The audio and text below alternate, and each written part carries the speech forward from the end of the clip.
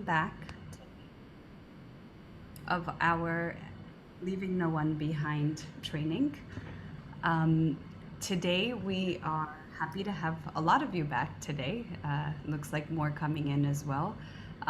Today, as I mentioned yesterday, we're going to focus on the dissimilarity index, but we're also going to focus on showing you how all the graphs and the information on the tool, the LNOB tool, link together to give us a comprehensive analysis that can be used in each of your individual work.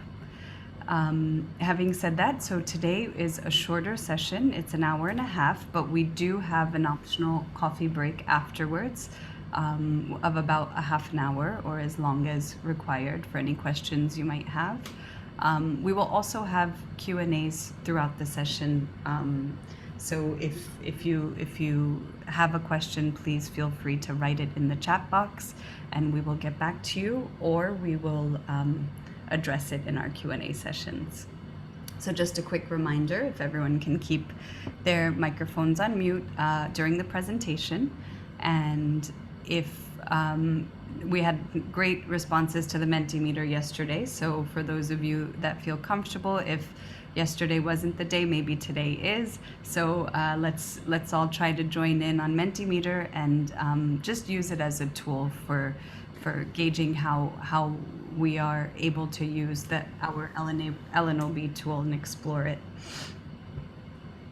Today's code will be different than yesterday's, so when you sign in, we'll give you that code before we begin. And in case some of you missed yesterday's session, welcome to the introduction to the Leaving No One Behind analysis. My name is Sejal, and I'm working on the LNOB project at ESCAP, and I have along with me my colleagues, Ermina and Selsha, who are both a part of the Social Development Division at ESCAP. Together today, we will take you through the remainder of this training. So here, today we're just begin right away with Mentimeter. So if you guys would like to take a second to join in, the code is different. Today it's 93 66 67 61. You can also just use the QR code. If you're using the numeric code, just go to menti.com and enter in that code, and it will link up with our presentation today. And just to test to make sure it's working, I see some hearts coming in, but I have a little question for you guys. If you were a part of yesterday's session, what was your favorite part? The LNOB trees, the animation videos, the 5-minute break? It's okay if that was the case, we won't get offended. Exploring the UNESCAP LNOB.org tool, or the subnational LNOB trees. Which was your which of these things were your favorite? Wow, we've got a nice variety happening. LNOB trees, the tool. No 5-minute break so far, so that's a good sign.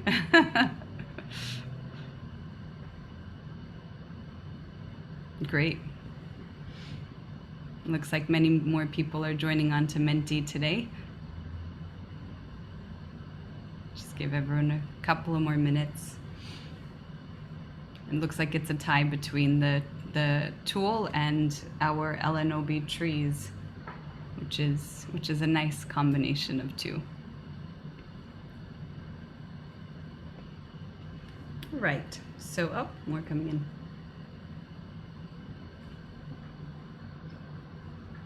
Okay, so if you haven't had a chance to answer this question, we will be doing more Mentimeter questions. And if you just stay logged into on the same browser, you will see that the questions will keep popping up on the browser as they come, as well as the slides. So today we're going to review the dissimilarity index, which is D-index for short. It's a singular figure that we use to evaluate inequality in access across groups. So our D-index essentially looks at how different groups fare in terms of access to an opportunity, or as you now know, a how different groups disproportionately experience a barrier. As we explained yesterday, some of our indicators are opportunities and some are barriers. So the way we evaluate our D-index varies accordingly as well. The D-index is similar to the Gini coefficient, which some of you may have already come across or be familiar with. It's a calculation that we derived from the Human Opportunity Index, which is an initiative by the World Bank Group. The D-index, it measures whether existing opportunities, or in our case, access to services, are allocated equitably. And in the calculation, we are comparing the access rates amongst our different circumstance groups. It's a way of looking at a demographic measure of evenness. So this is why we also look at our D-index regionally and nationally amongst the different provinces within a country, and then regionally in the Asia-Pacific region. So in the case of D-index, 0 indicates that there is no inequality of access, and 1 indicates that there is complete inequality of access. We generally find that in our LNOB analysis, the D-index falls within the 0.01 to 0.3 range. However, you will find some cases where the D-index is higher. Sometimes it goes to 0.4, 0.5, but those cases are less frequent. And as I mentioned, in our LNOB analysis, we use our D-index when we are looking at our subnational and regional analysis. So before we dive into the D-index formula, we've created another fun animation for you guys to watch. It's just to become familiar with the D-index theory. So again, the example in the video is just a very simplified version of how we use D-index in our LNOB tool, but it gives you a foundation for our calculations later.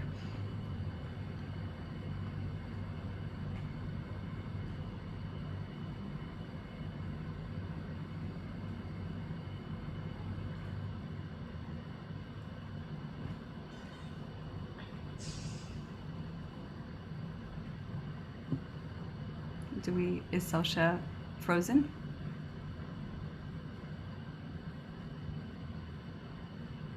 Do we lose you, Selsha, for the video?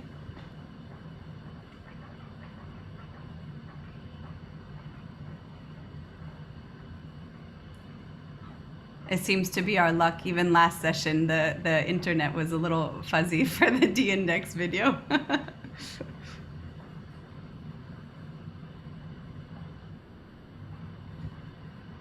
There we go.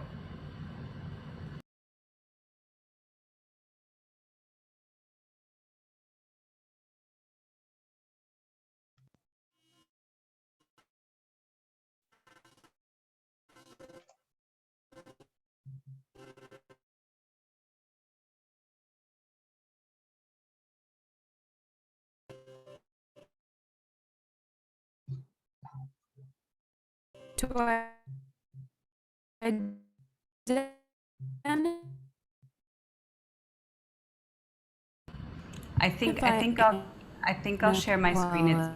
It's jumping. I apologize. I have the Mongolian subtitles on my computer, but we will play. It's the same video.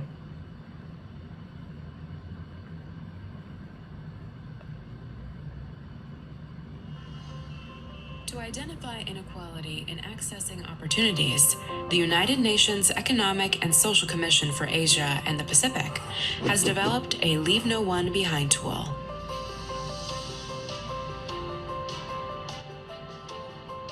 Our LNOB tool also includes the Dissimilarity Index. The D-index is a way to measure inequality of individuals and households' access to an opportunity. To calculate the D-index, we first identify the circumstances that we believe may influence the level of access. As an example, when the D-index for access to electricity is calculated, we assume that the area in which the household is located is either urban or rural.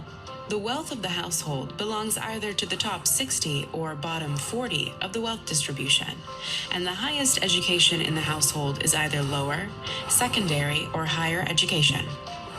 These are the main circumstances influencing the access level. This gives us 2 times 2 times 3, which equals to 12 different groups, which contribute to calculating the inequality. For each of these groups, an average access rate is calculated. Then the distance of these averages to the overall average is summed up and weighted by the size of each group. The D-index is comparable to the Gini coefficient, which is a different aggregate measure of economic inequality.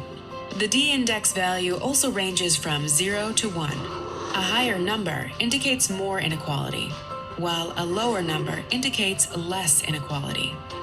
In our case, the D-index value tends to stay between 0.1 and 0.3. In contrast to the Gini coefficient, the D-index should be 0, ensuring that there is full and equal access to key services for all. Let's now take a look at an example of how different access levels amongst population groups can impact the D-index value. Let's say country Escapia has an average access rate to electricity of 65%. Escapia has 2 provinces, and, for simplicity, assume they both also have the same average access rate to electricity of 65%. Assume further that the circumstances that impact the access rates of the population groups in these 2 provinces are residence and wealth. In each province, we will calculate the access rate of these 4 groups. Number 1, urban richer. Number 2, urban poorer. Number 3, rural richer. And number 4, rural poorer. For our example, we will assume each of the 4 groups account for a quarter or 25% of the population.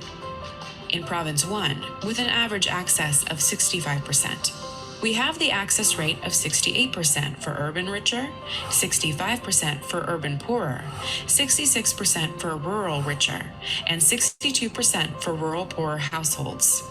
In Province 2, with the same average access rate of 65%, the access rates among the 4 population groups are a bit different.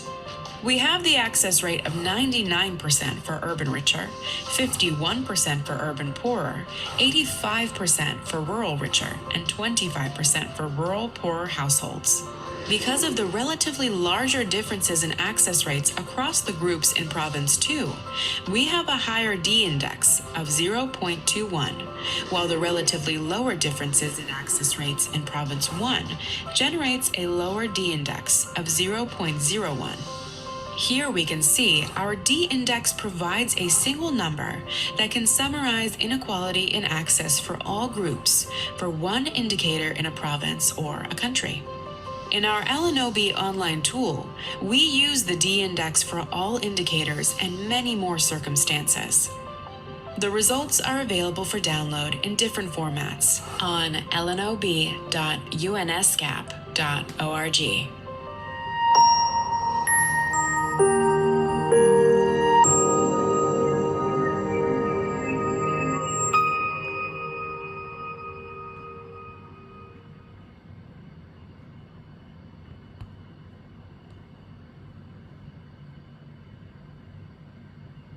Okay, so hopefully that video gave you an overview and some insights on how our D-index is used in the LNOB analysis.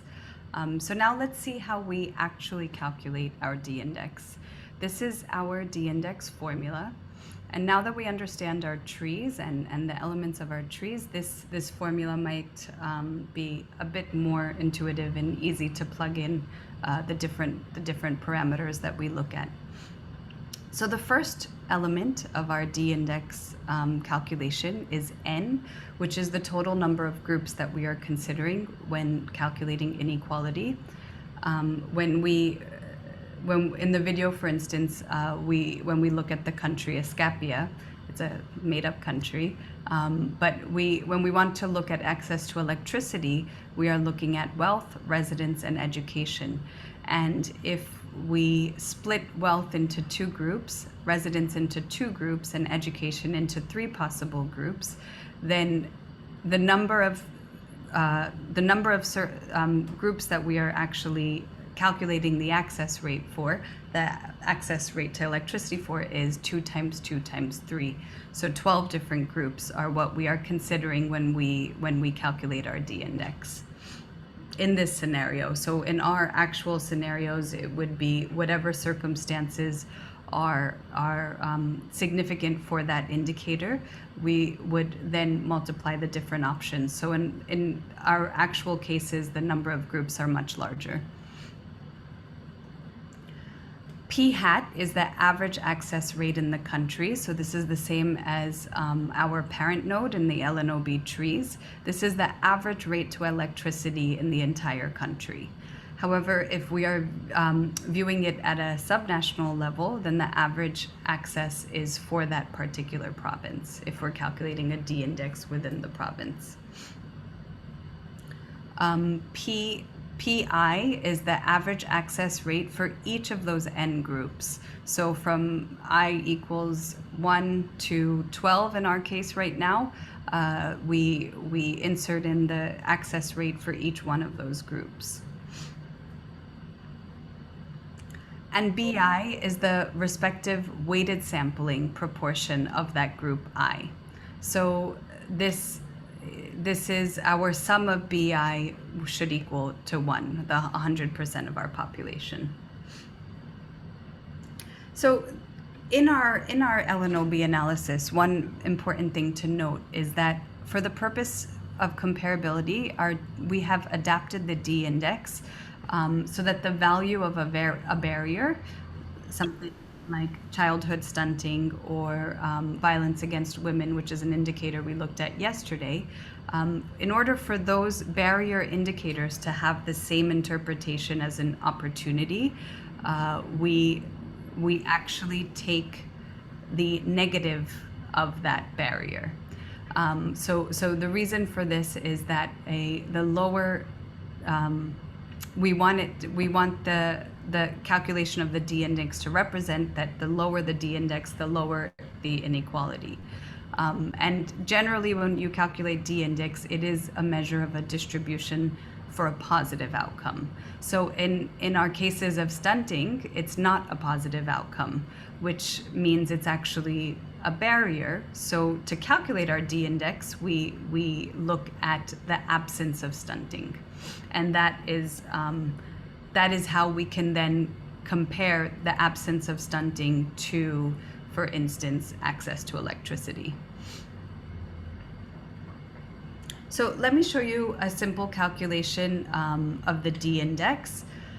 This is an Excel file, which is also available on our LNOB tool in the training section for download.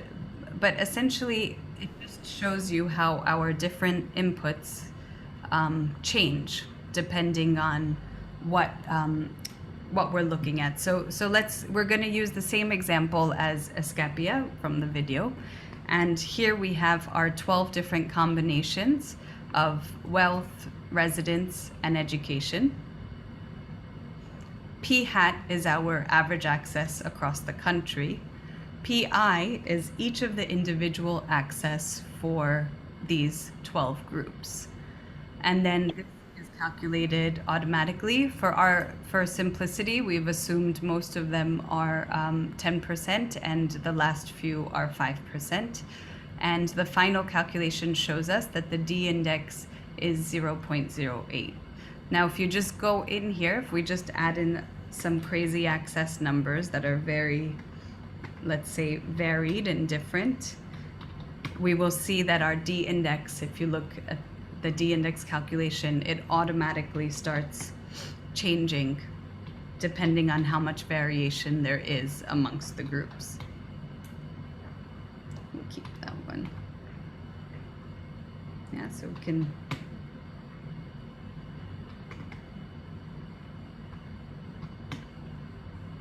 so the more differences amongst the groups, the more the D index changes. So this is just a nice way to visualize how different accesses amongst groups can actually directly show us how the D index changes.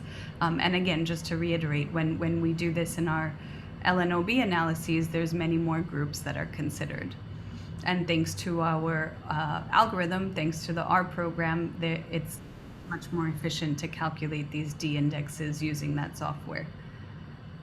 Let's just go back to our presentation.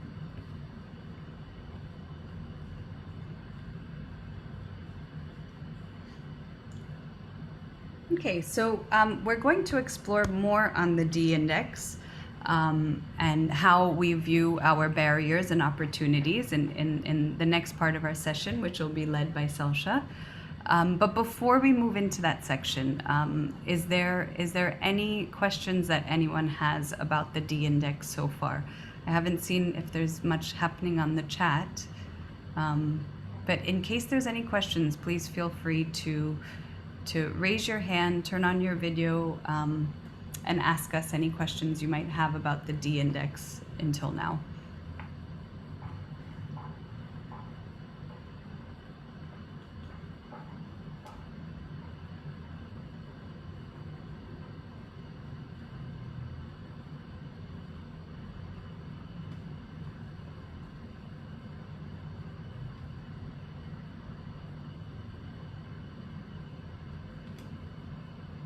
It's okay. No urgent questions yet. Maybe we'll have some more as we keep digging deeper. Okay, well, over to you, Selsha, for the next part. Thank you, Sejal. Can everyone hear me? Is it okay? Yeah, we can hear. Okay, sorry about this. I'm actually now connected through my phone and my computer. Hopefully, we won't have an issue in going through the slides. So thank you so much for that intro to the D index and video. Hello again, everyone. Thank you very much for joining in to our training today. I think now it's time to move from theory to a bit practice. So let's go through the results for the index for Philippines. But before maybe we start, I'd like to hear from you on two issues. First, yesterday you looked at the trees and we identified furthest behind, furthest ahead groups. So the first question is identifying furthest behind and furthest ahead groups. Does that help you understand overall inequality in a given indicator? So feel free to respond to this question through Mentimeter, or you can also write it on the chat. Up to you.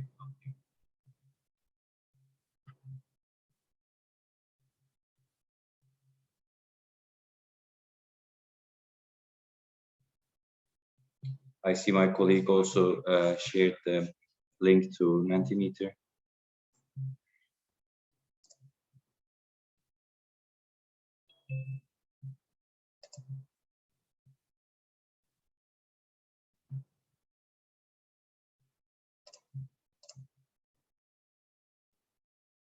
Yeah, I think we have quite a bit of a positive response with the trees. That's great to know, and you will see today that they're also linked together with the index. So the second question, and just to get an understanding of the audience and how you look at inequality, which inequality measures do you often use in your area of work? There are different indices, or there could be different methodologies that you may use depending on different indicators that you are prioritizing. To get an understanding of this, feel free to, yeah, Jeannie.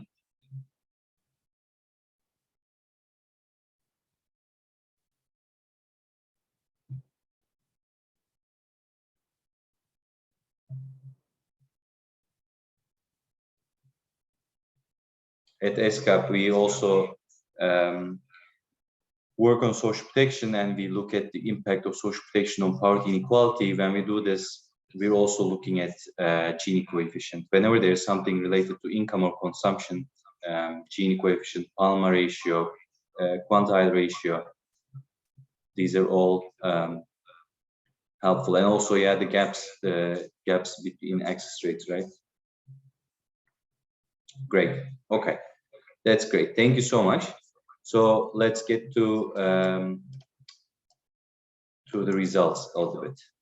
Okay, so thank you very much for your responses on Mentimeter.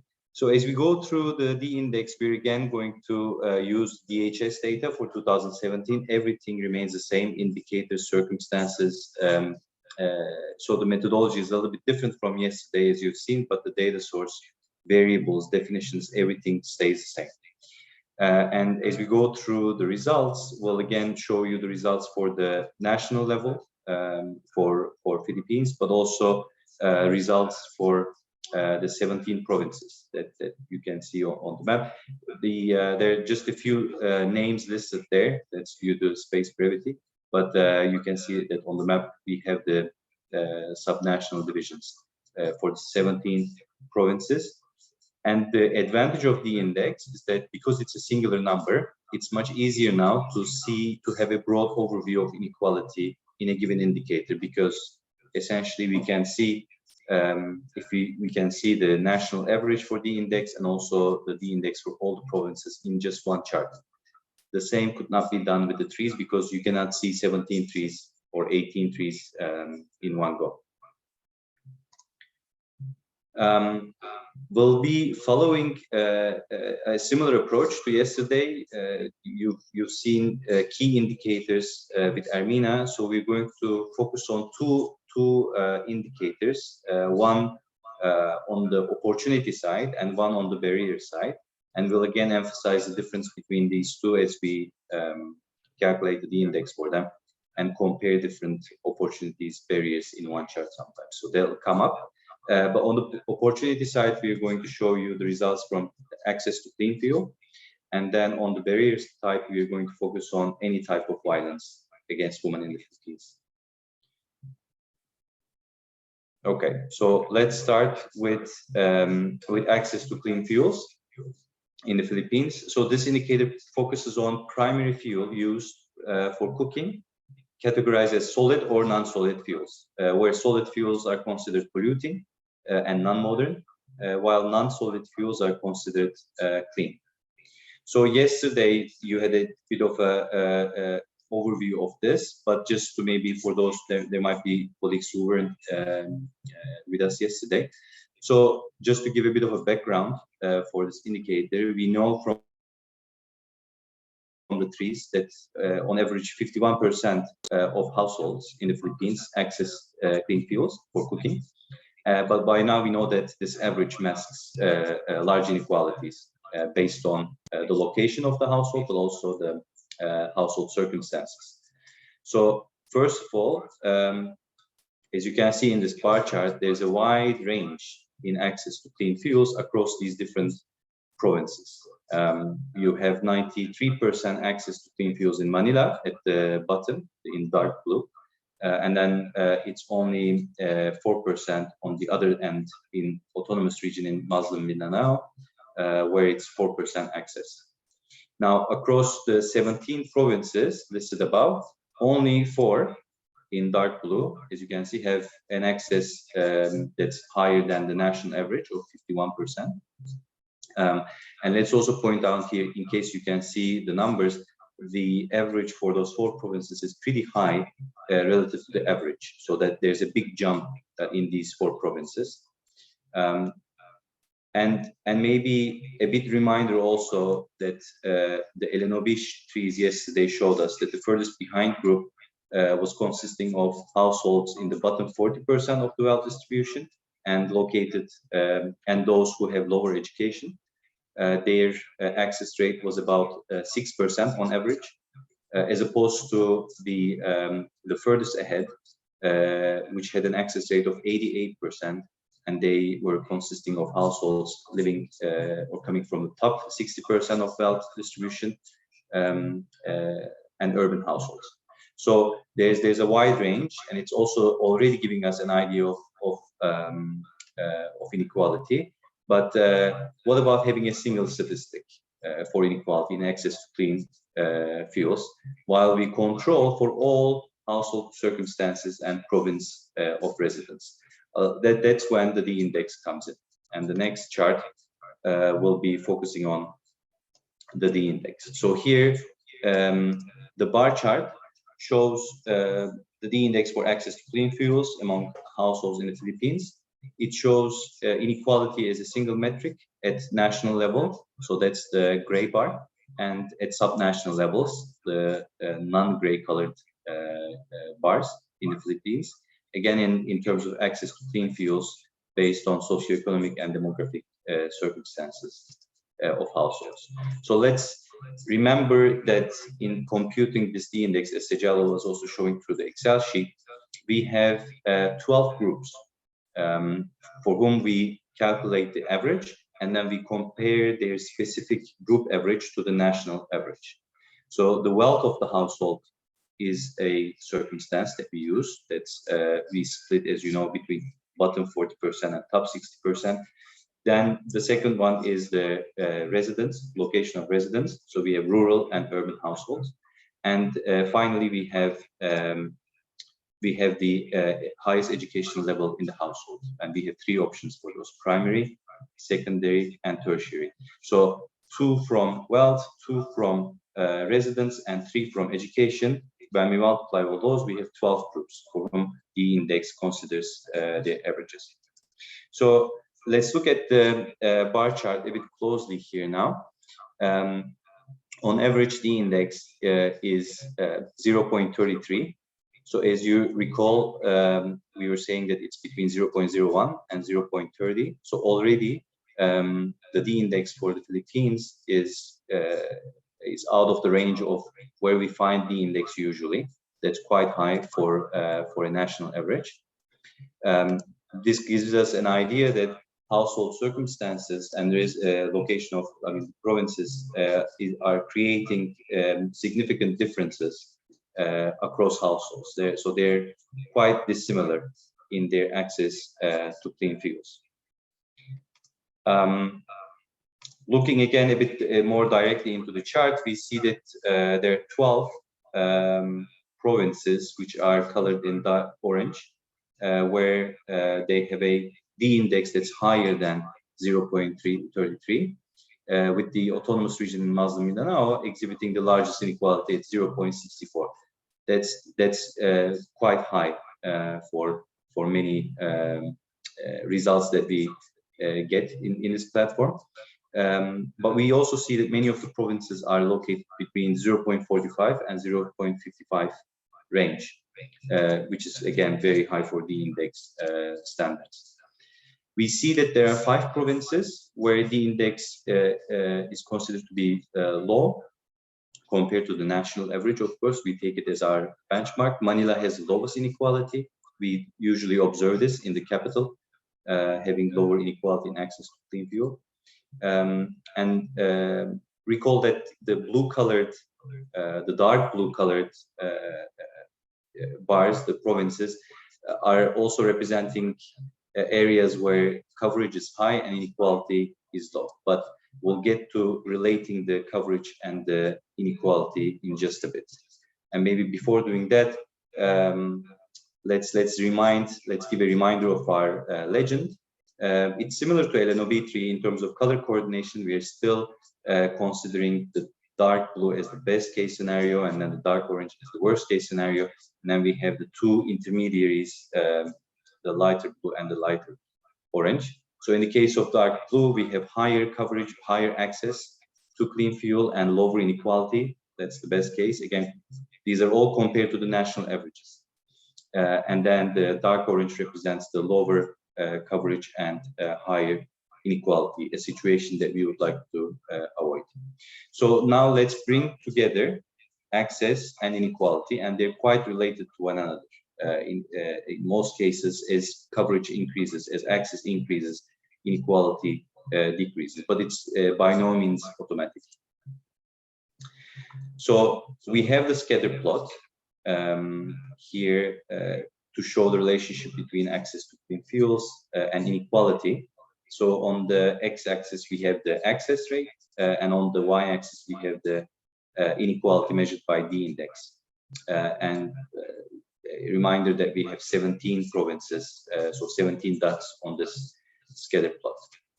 So a closer look, and in the platform, when you hover around these dots, you get to get much more information, just like you can see the national capital Manila there.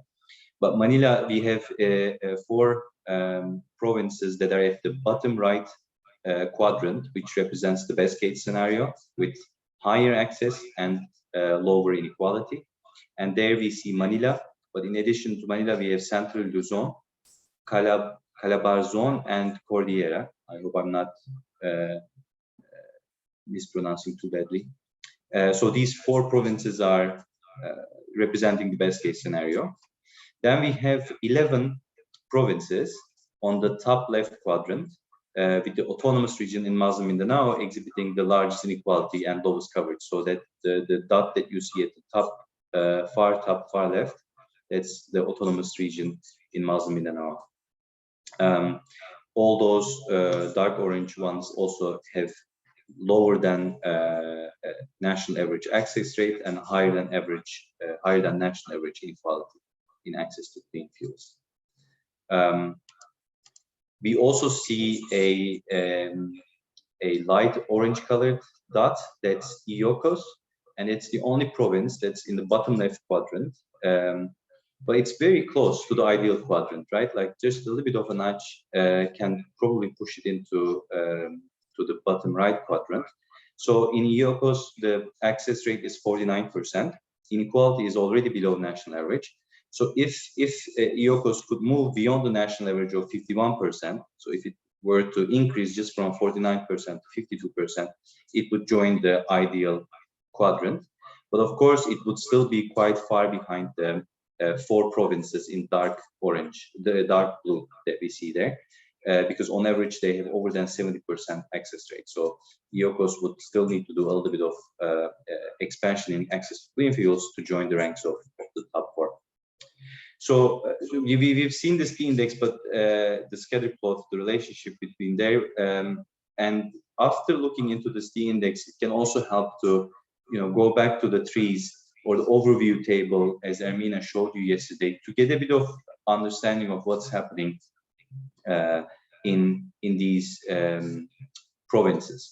So we could, especially, I think what's intriguing is to look into the worst performing or the highest inequality province. So that was for me an intriguing part. So I immediately went back to the trees and looked at who is furthest behind there, who's furthest ahead there, what's happening, why is there this inequality, what's the extent of this inequality. And when I go to the LNOB tree at subnational level, there I pick, maybe I would like to actually share at this point, but I'm also hesitant because of connectivity issues, but I'll try to describe what I've done there. I would go to lnob.unescap.org, our platform, and just like Ermina showed you yesterday, picking the country, Philippines, picking clean fuels as the indicator and 2017 as the year, I would look at the trees at subnational level, which is in the second panel as the results appear. And there you can get to choose each of the 17 provinces. And in this case, I looked at autonomous region in Muslim Mindanao, and I see that furthest ahead group has an access rate of 33%, while the furthest behind group has an access rate of 1%. So that's why, I mean, that's a wild gap, 33% of households, and they're usually, the ones coming from top 60% wealth distribution, and then the furthest behind is the one that are households coming from the 40%, bottom 40%, and with lower education. That already tells me that, for example, looking at this, that there's a demand side issue here, that wealth appears to split the access quite starkly in this region. But it doesn't have to be this way. So when you could look at other provinces and see what sort of splits are happening in those provinces.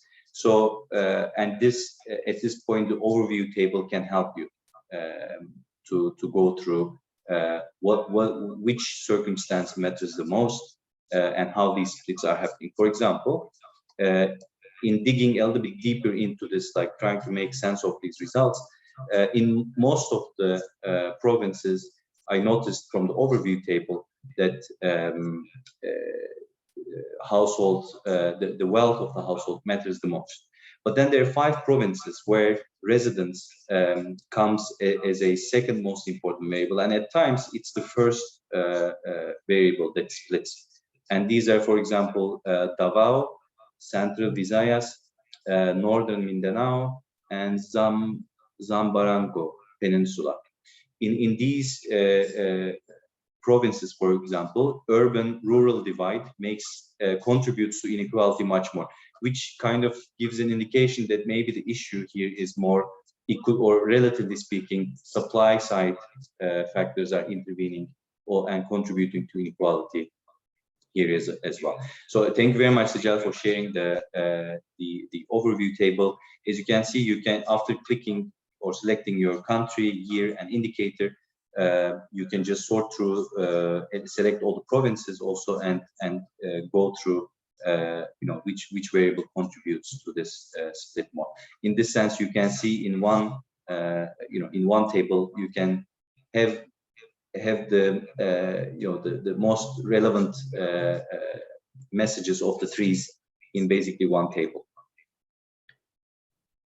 So that's, I think, one way of connecting the D index and the LNOB trees, the furthest behind, furthest ahead analysis. So maybe we can go back to now the presentation, and let's try to see where Philippines is faring across the region.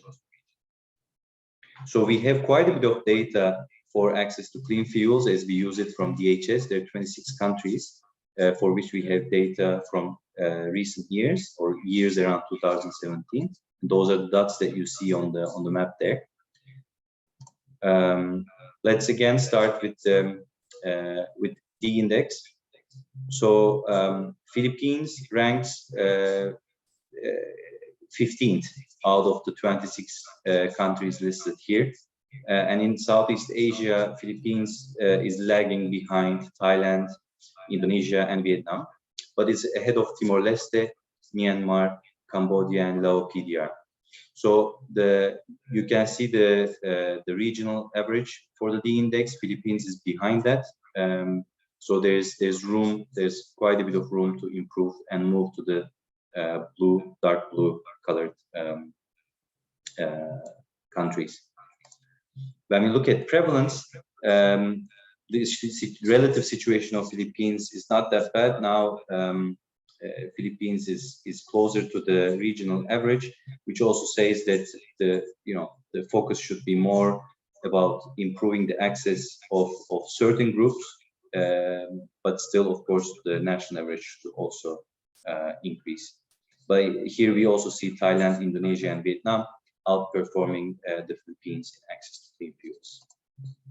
So bringing all these 26 countries into one scatter plot, we see a similar situation that the top left quadrant is the worst case scenario, bottom right quadrant is the best case scenario, and there are also a few countries in the top right. We see that Philippines is in the top.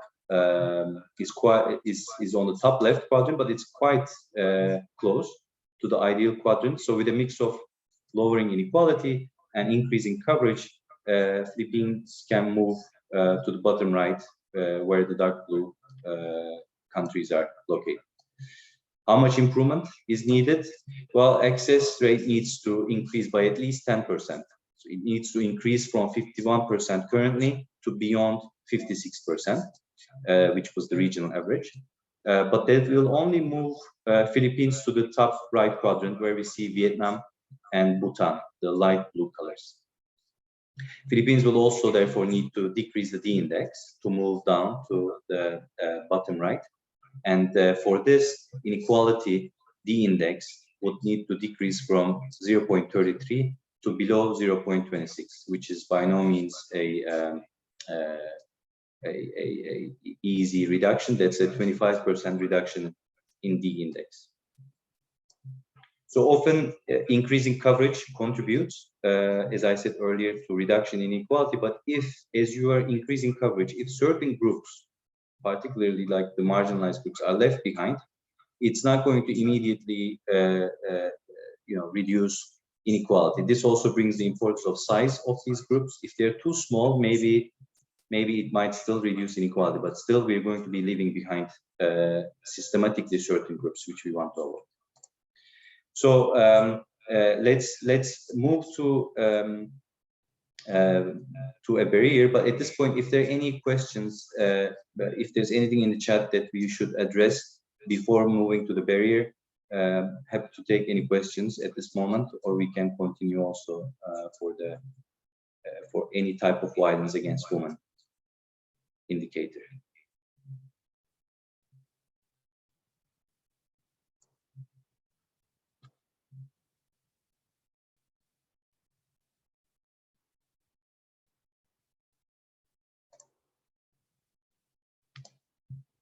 Okay, I don't see any questions, any raised hands, so that gives me an indication to move.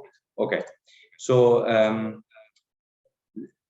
as we move to the barrier indicator, let's remember what Sejal had told us earlier. To ensure comparability across different indicators, opportunities and barriers, we modified the D index such that barriers and opportunities can be put in one chart basically, so that we have this interpretation that always lower D index relates to lower inequality, because after all, D index was usually focusing on positive outcomes, but barriers are negative outcomes. So to do this, we calculate the index for barriers in a different way by focusing on absence of a barrier. So, as opposed to computing the D index for stunting, which is a negative outcome, we compute the D index for absence of stunting. And the inequality interpretation remains the same.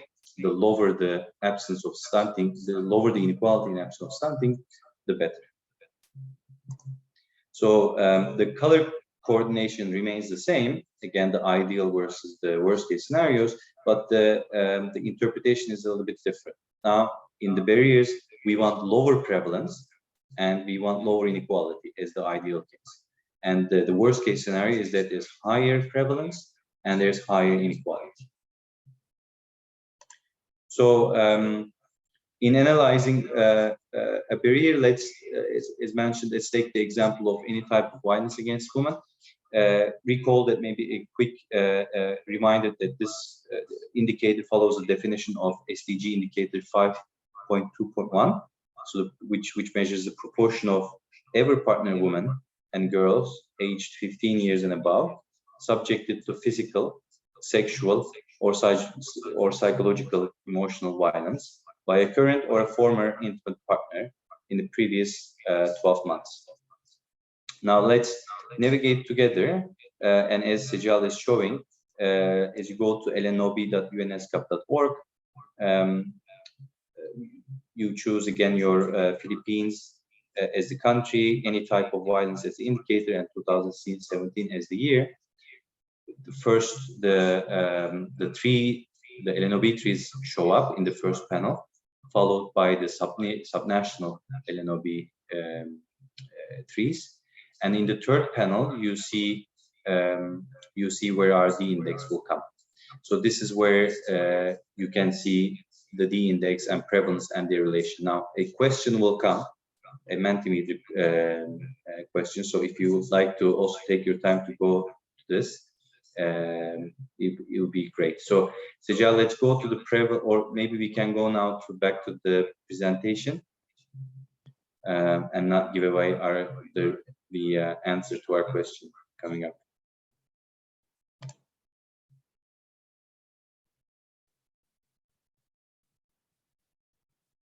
So we're seeing the similar chart, just we're back to our presentation now. We see a bar chart for the prevalence of any type of violence against women in the Philippines.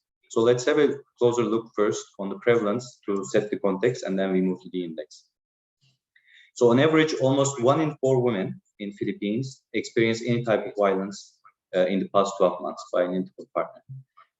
And we see that in 10 out of 17 provinces, exposure to violence is about this average. So there are 10 bars, 10 provinces in dark orange. And we see that the situation is quite acute in Caraga, where almost 1 in 2 women experienced violence against women. These are very high numbers for colleagues who are working on violence against women. Usually we have the 1 in 3 women experiencing violence, but that's lifetime. So these numbers usually go down as you only focus on past 12 months. So in Caraga, it really looks, the situation is quite acute. Then we have the 7 provinces where we have a prevalence rate that's below the national average. And there, the minimum is coming from the autonomous region in Mazin Mindanao, where reportedly 7% of women experience any type of violence in the past 12 months. Next one after this region, this province is Manila. But note that the prevalence jumps from 7% to 14%, it doubles. So if you recall yesterday, Armina showed you the trees for this any type of violence against women. And while you're looking at the D-index in the platform, you can always, navigate up and see the trees and remind yourself. Here, urban women from bottom 40% of wealth distribution were furthest behind. 34% of them reported that they experienced violence in the past 12 months. On the other hand, we had the furthest ahead group who had only 15% of prevalence, and they were women over 35 years old with tertiary education and living in top 60% of the households. So they experienced relatively much less than the furthest behind group. So before we show you the index chart, there's a question coming up on Mentimeter. And the question is to compare or how you think the inequality in any type of violence against women compares to inequality in access to clean fuels. As you may remember, we were talking about the D-index for clean fuels, that's 0.33. So do you think inequality in any type of violence, is it higher, lower, or about the same as inequality in access to clean fuels? This is just a way of, there's no, substantive reason behind comparing these 2 indicators. It's just to make it a bit fun and to see if you can get the answer easily at the LNOB.unescap.org website.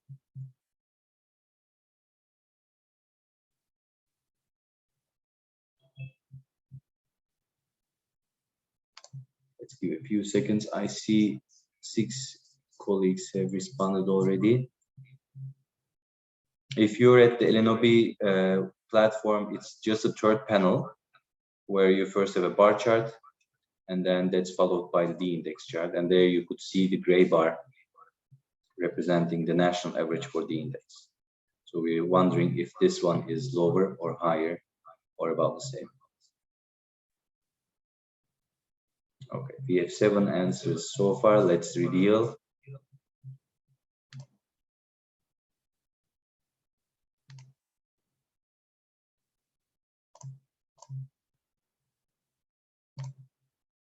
So we have 3 colleagues thinking that this is higher, 3 says lower, and then 2 says about the same.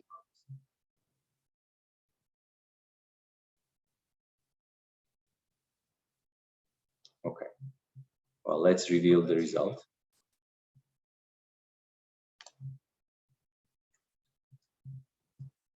The correct result is that inequality in D-index in any type of violence against women is below the inequality in access to clean fuels, and it's significantly below. And let me show you what the D-index tells us. So the average inequality in the absence of any type of violence against women, just to remind ourselves that we are computing the D-index for the absence of the barrier, it's only 0.05. So much lower than the average inequality in access to clean fuels. In other words, at national level, at least, as we see, women's personal circumstances are not creating large dissimilarities between them in terms of avoiding exposure to violence. The variables that we add, things like age, education, wealth, and residence. We see that largest inequality is in Central Visayas and Caraga, and we are recalling from earlier that they are also experiencing higher prevalence in those two provinces. So let's bring them together into one chart. Now you will see that the scatter plot is kind of flip-sided because the interpretation changed. We are now looking for lower prevalence and lower inequality as the ideal case scenario. So that's bottom left quadrant, where we have the ideal case, and that's there are two provinces, Manila and Autonomous Region Muslim Mindanao, where prevalence and inequality is very low. And then there are 10 provinces up, and then 5 up on the worst situation with high prevalence and high inequality, and then there are 5 in the intermediate area of top left quadrant. So now that we've seen the prevalence, we can take you to for Philippines alone and the subnational level. We can go to the regional level, just like we did earlier with the with access to clean fuels.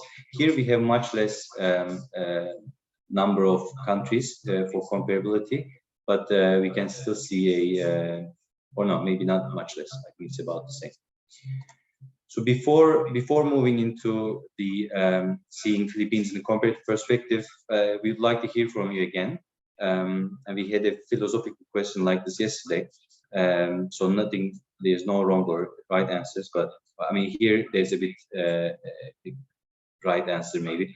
So considering our barrier indicator, any type of violence against women, what do you think is the ideal case? Higher prevalence and lower inequality, or lower prevalence and lower inequality?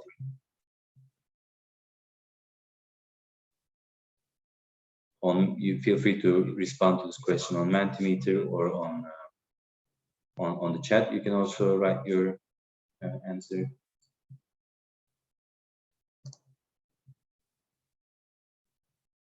I see some results are coming in. Oops.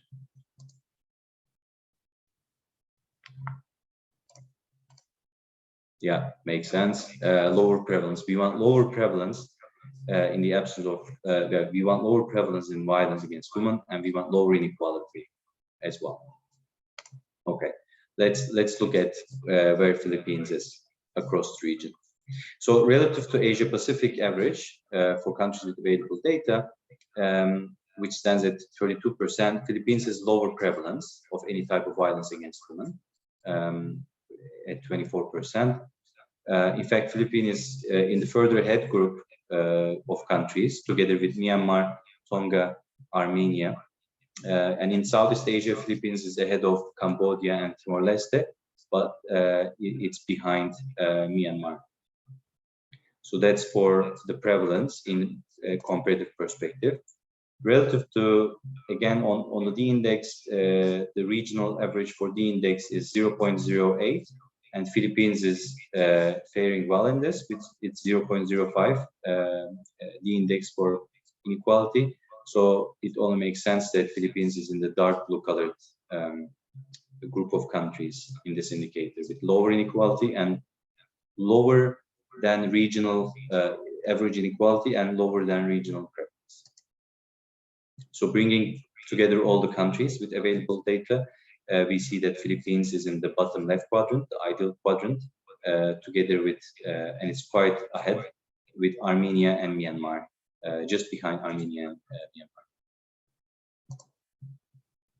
Myanmar.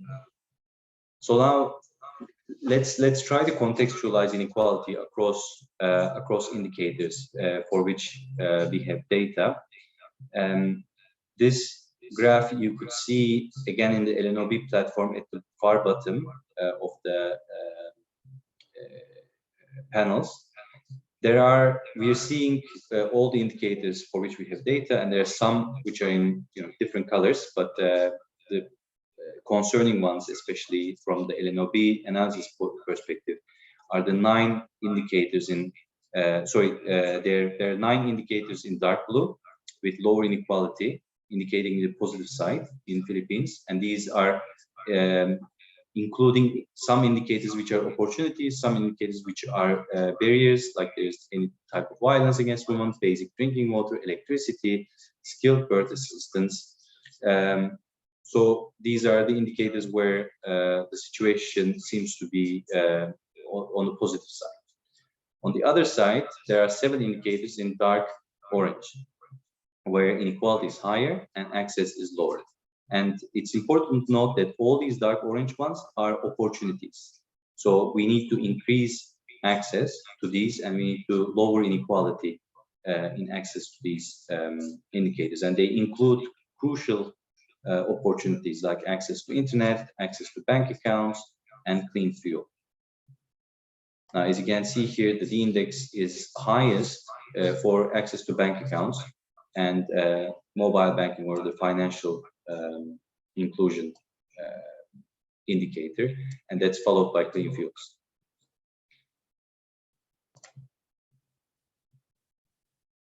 Now, in this graph, you probably remember this from yesterday. Armina was showing you how furthest behind and furthest ahead groups fare relative to the average. So again, the orange is the furthest behind, the blue is the furthest ahead, and the gray dot is the average access rate. I just brought it back up to say that the results that we saw from the index are consistent with the results that's coming from here. So this is, again, maybe tying back to the first question that we asked: does it help furthest behind and furthest, identifying furthest ahead and furthest behind to give you an understanding of overall inequality? Indeed, it does. They're consistent. It's just with the D index, you get one singular metric, and you can compare this much easily than with the LNOB trees. But still, this box plot chart is very helpful in showing the situation across different indicators.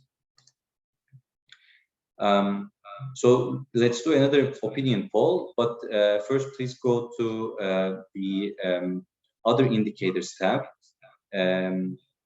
Here you'll see the again, I mean, if you haven't picked your country, the parameters, Philippines 2017, any indicator will do. If you're on the page, you just go to the bottom of the page, the last panel, and there there's a tab called the Index and Prevalence tab. You'll see a scatter plot for the Philippines. So this is just to build up to our question that's coming up.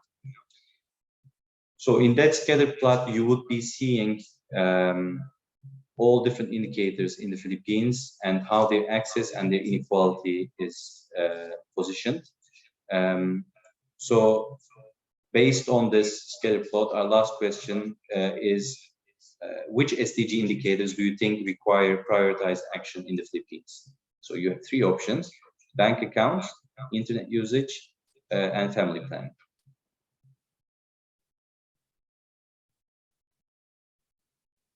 And this is just, you know, a question for the LNOB analysis. You know, from a different analytical perspective, a different methodology might show up different prioritized actions. So let's not. It's more about, you know, if you can see you can get the results from the platform. I see there are a few results already.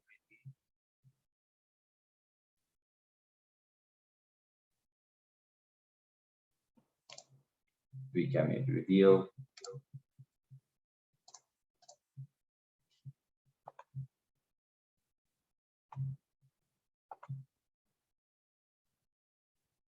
bank account, and family planning. Family planning 4, bank account 3. Okay, so the correct answer from LNOB analysis perspective is the bank account, because in bank account we have much lower prevalence and much higher inequality. But from a different perspective, family planning might be also a priority, just to show it from our methodological perspective. So the graph that I was trying to help you go to was this one, where you have each dot represents one indicator in the Philippines. In the platform, you can hover around these dots and see what indicator that is. So the dark orange dots on the top left quadrant show SDG indicators for which access is very low and inequality is very high.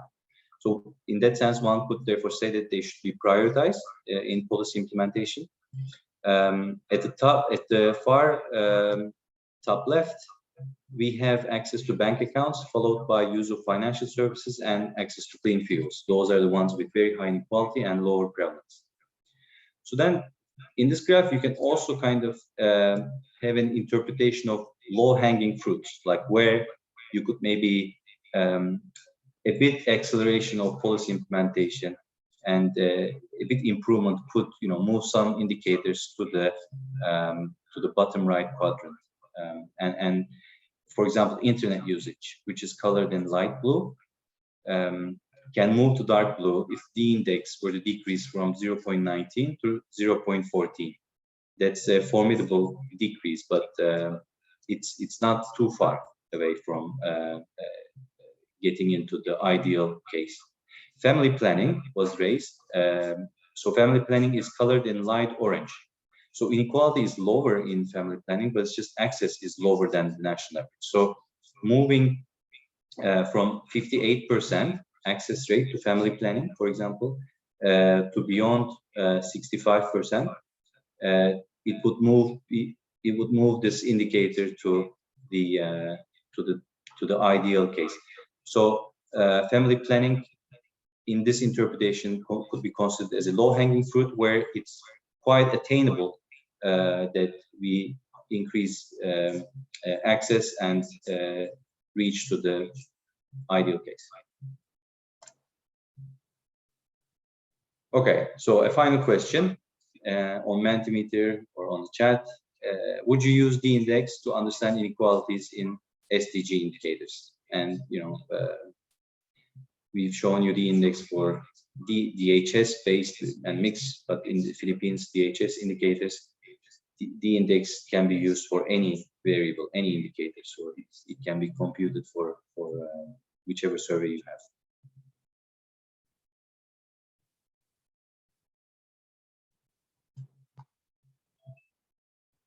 Thank you very much for all the positive response. That sounds great. So I think stop there. And thank you very much for your attention. And happy to listen to your questions if you have any. And I leave it to Seja.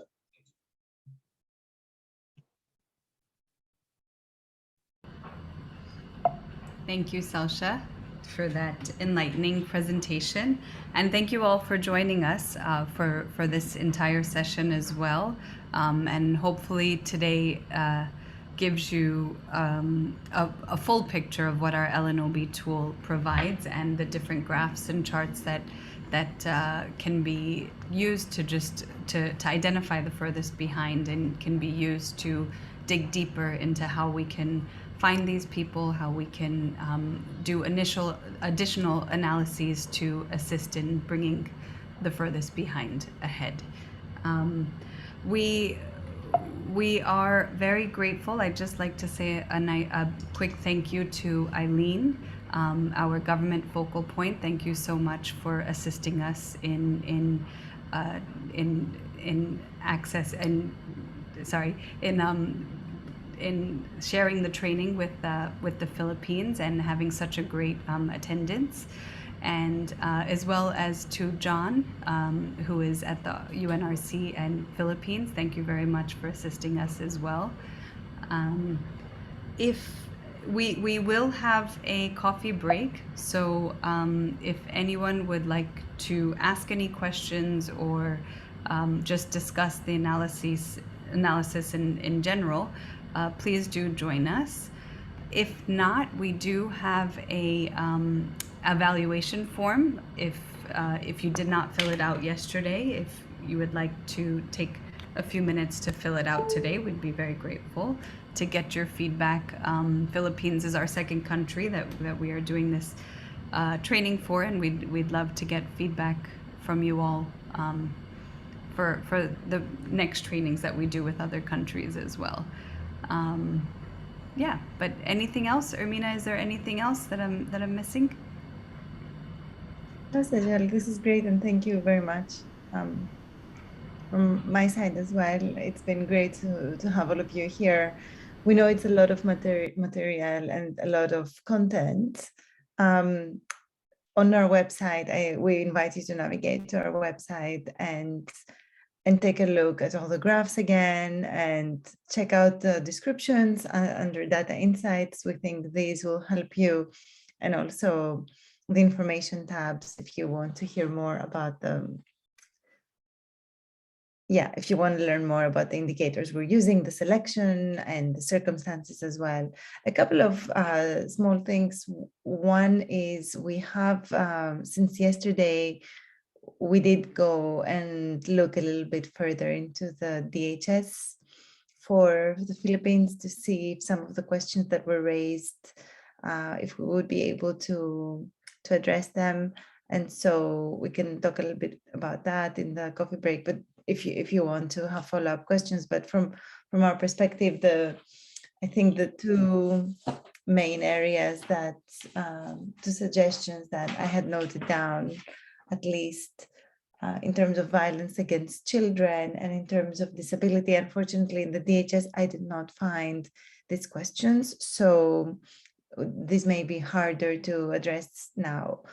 Having said that, and I know some of you maybe from areas that deal with labor issues, for example, thinking of children, there is information on labor, and that could be another, an employment for women as well. In particular, it's not ideal, but it's but because it's only focusing on women 15 to 49, but nevertheless it might be an interesting indicator to explore. And we can, if you're interested in talking to us about doing this kind of additional analysis, please stay after, for the coffee break and talk to us about it, or any other indicator that we can look at together in the survey. Yeah, and the other thing that I wanted to say is that we will have a follow-up training, not immediately, maybe in the next 3-4 months. There will be another training which will be a lot more technical, because this was just an introduction to what the results are, right? This is us doing the analysis for you. But for those of you who are interested in learning how to perhaps run the R code yourselves, those of you who have some training in statistics and have perhaps used Stata or R before and feel confident in brushing up your skills, then we will be, please then fill in the evaluation form, because there you can also express interest in the follow-up training that will come later and will be a lot more technical on how to run this analysis yourselves. All of the materials, we'll put them also on our website, on the ESCAP website, and next week you will receive an email from us with all of the materials consolidated. And you will, yeah, I saw it, my colleague just shared it on the chat. If you, in addition to our email, you can also go to that link, and if they're not there already, our presentations will be uploaded there very shortly. So you can also download the materials as well. But in the LNOB platform, there's also a training link, and there you can go through the slides one by one as well, and along with the notes to also familiarize yourself with these, with everything you learned in the past couple of days. So thank you from our side. If you want to stay on for the coffee break, please do. If you have other things to do, feel free to go and continue with your day. We'll be here. So we'll maybe start the coffee break in about 5 minutes. Sajal, what do you think? Or 3, 4, 5 minutes? Yeah, that sounds good. I think if everyone just wants to take a few minutes to fill out the evaluation form, and then in 2 or 3, yeah, in 5 minutes we can resume for coffee break.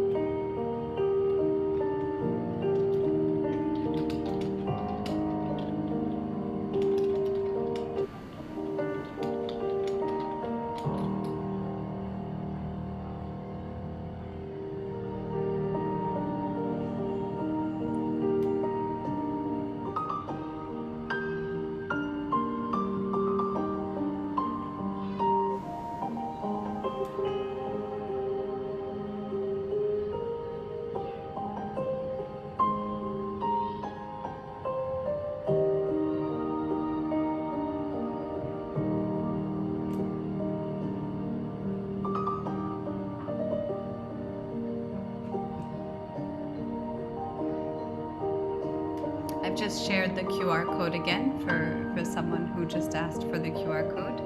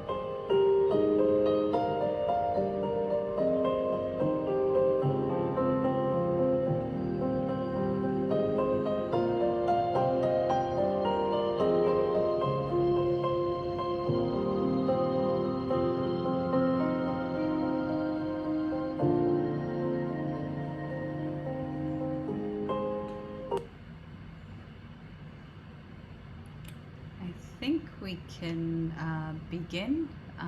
If anybody has any questions, you can also feel free to turn on your cameras if that's better, or just raise your hand. Even message in the chat. We're okay with anything.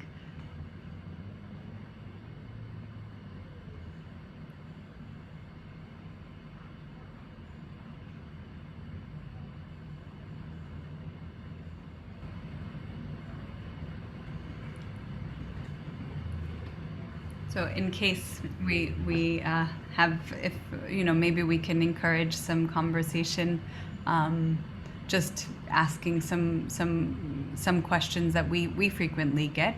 There's some common questions that we get from people who interact with the platform. So if you want, you can just write in the chat or in Menti, where can I sign up for more training? How can I download the data? And what is the fastest way to see who is left behind? So if any of these questions, I can see that we have a question on how to download the data. So let me start with that. I'm going to take you back to the platform.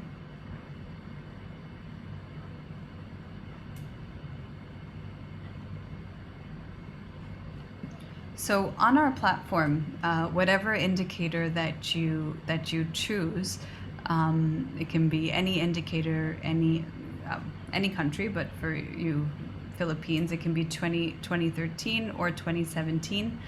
When you see this icon over here, you have two options. You can save it as a PNG or a CSV. So if you just want the data from our trees, you can download it as a CSV. If you'd like the actual graph, you can save it as a PNG.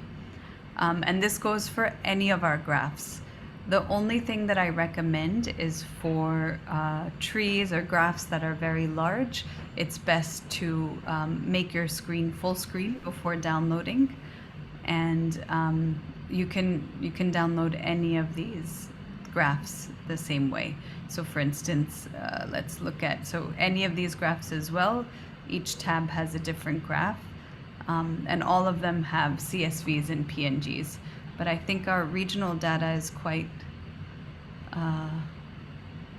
long. So if here we wanted to, well, not for any type of audience, but it's better to expand your screen to the largest it can and then download from here. And you can download any of these graphs the same way, including the map. And in the map, you can zoom in to the part as well that you'd like to download into. So using your screen, if you want to focus in on a certain area.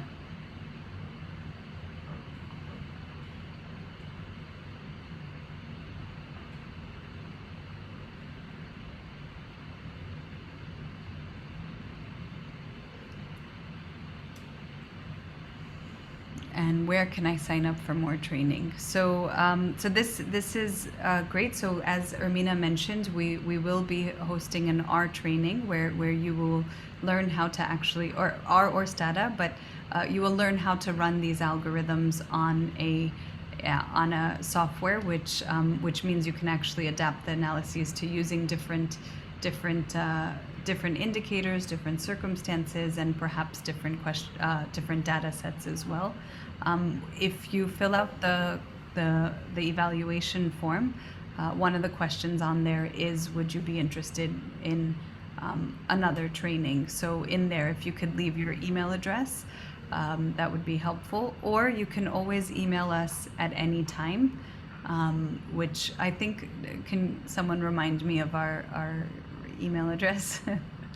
Or maybe we can write the email address into the chat.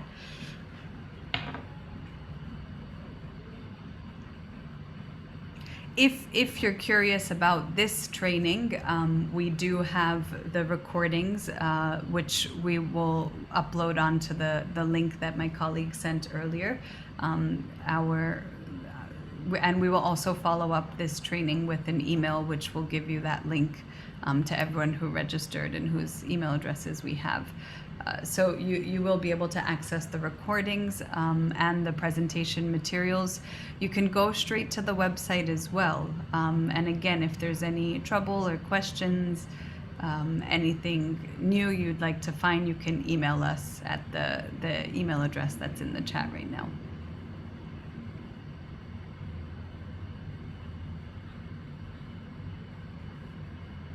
Should we try another question? Okay, so other questions that we commonly get are, what is the LNOB analysis for? Hopefully our training helped you learn that, but if you need further clarification, that's fine. Why are all indicators not available in my country? And why are some LNOB trees missing? Okay, so we have some questions.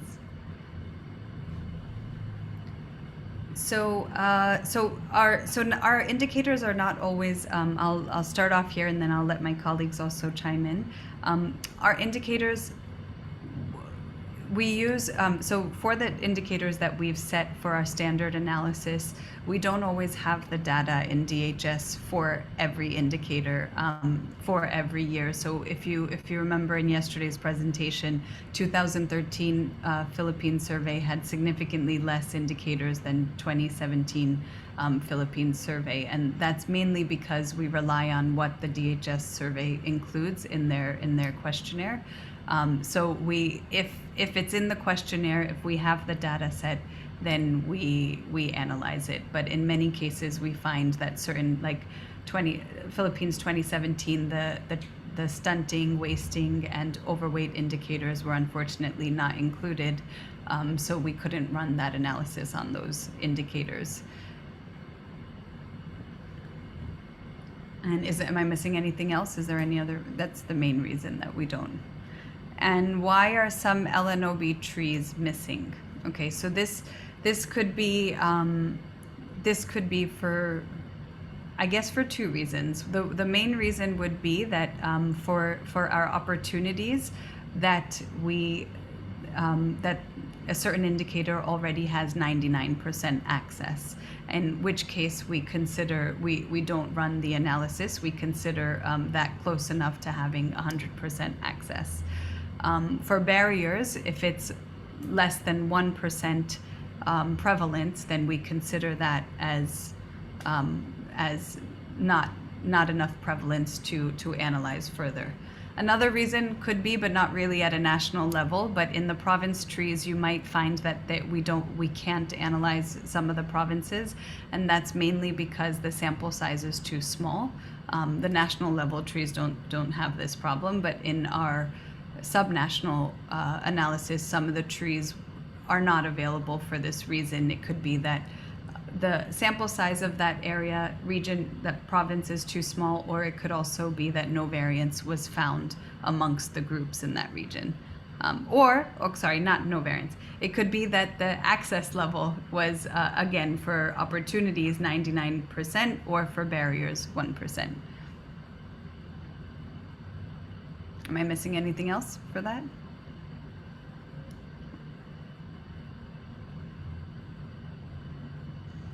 Just one point though, Sajal, no, you covered it greatly. One thing for the earlier question on why some indicators were missing for the countries, and that's why we say, okay, better select your country first, because some indicators are available in mixed surveys and some that are not available in DHS surveys, and vice versa. So, for example, early childhood education, although it might be a bad example. Generally, DHS has more than mix, right? But some indicators may be at mix. Like, for example, mix does ask question on for every country on early childhood education, on whether violence against women is justified or is considered justified.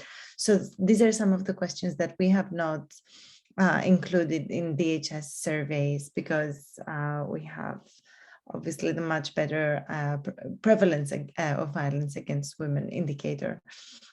So that's why they may not be there. So hence the discrepancy. Also in terms of bank account ownership, bank account is measured at the household level in mixed surveys, but at the individual level in DHS and in DHS surveys. That's why you see bank account IND, which is individual, but you will not find the household level bank account in DHS surveys. But it doesn't matter, because generally individual level is obviously a lot more insightful.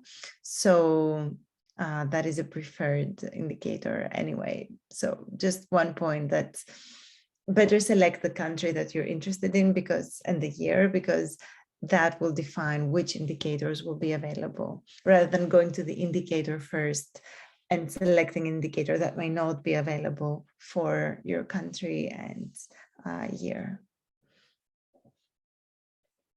I hope that made sense. It did, yes, and that's true about the different, it depends on the survey that we're looking at as well.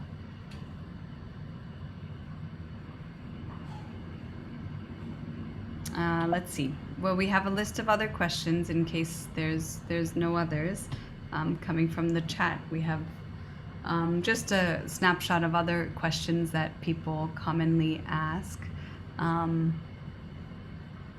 How is the CART analysis different than looking at data disaggregation for an indicator?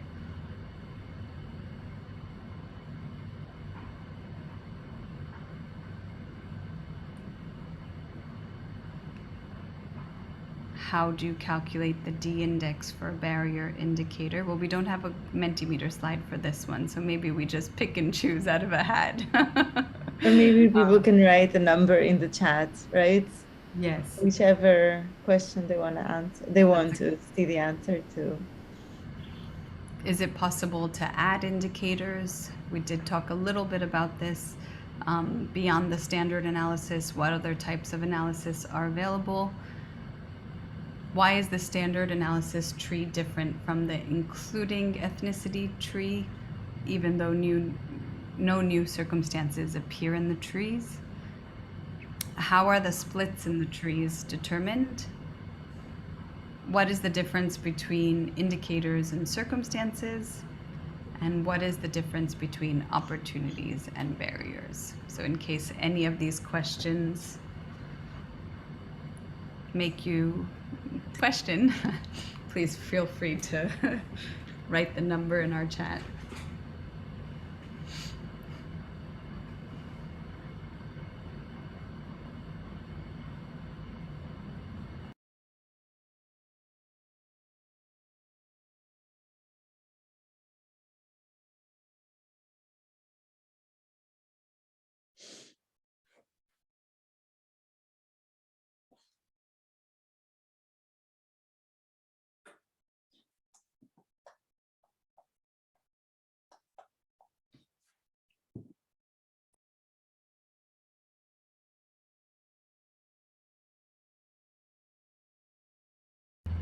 So I think we have a question number 2.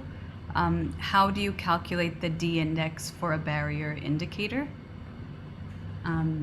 So basically our barrier indicators, in order to compare them to our opportunity indicators, what we do is we look at the absence of the barrier, which means if a barrier has a prevalence of, let's say, 7% in the country, we calculate the D index according to the absence of that barrier. So it would be 100 minus 7, which is 93%. So our D index is actually using the access rates of the absence of that barrier. So I think today we looked at any type of violence against women. We would look at the absence of any type of violence against women. But in our scatter plot charts, our D index looks at the absence of violence against women. However, our access rate is still the prevalence, the barrier access rate, which is why the color coding on the charts change, because we would still like lower inequality, but we'd also look for lower prevalence.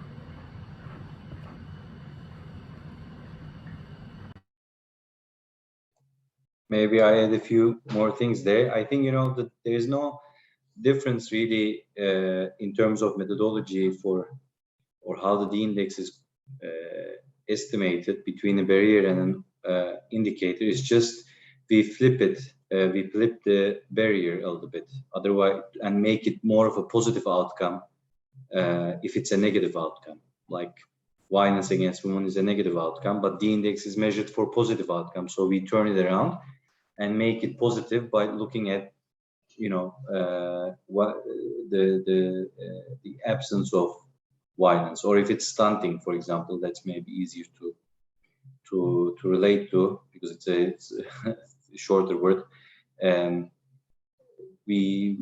Stunting is a negative outcome, so we don't measure the index for the negative outcome. We measure the index for absence of stunting, which is a positive outcome, an outcome for which we want lower inequality and lower prevalence. But otherwise, it does the same, whichever circumstances you're putting in, and there is no difference between d-index and the trees in the sense of which circumstances enter into the equation, right? So the same circumstances that appear in the trees are also used in the d-index estimation. So it's only really turning a negative outcome into a positive outcome. The rest stays the same. You have your groups defined by those circumstances, and then we look at the we look at the share of households or individuals who have that positively made outcome, and then look at differences between groups and the national average to see how dissimilar different groups are.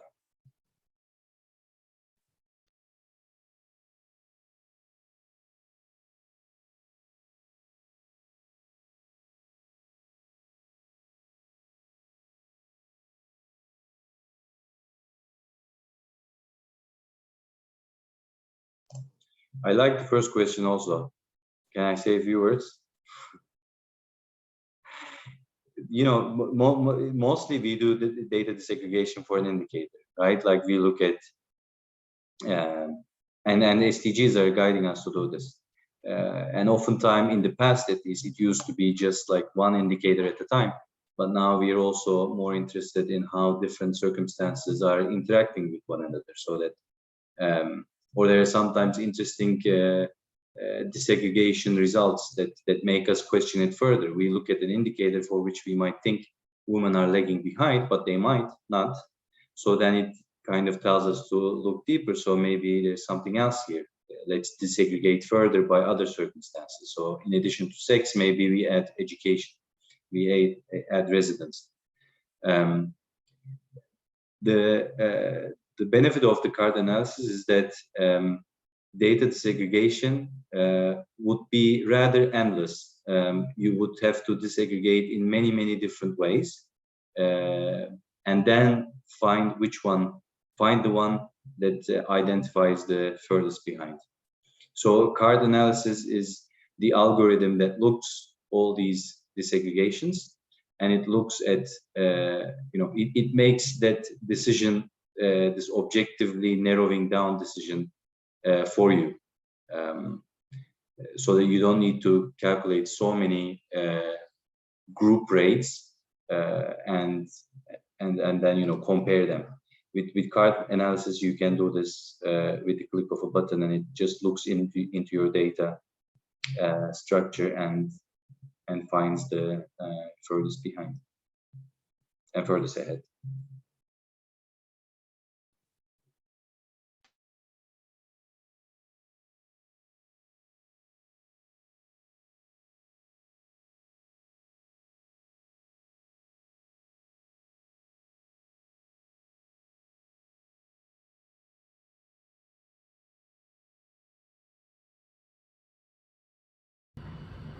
And again, if there's any questions that aren't on the list, those are welcome as well, just in case.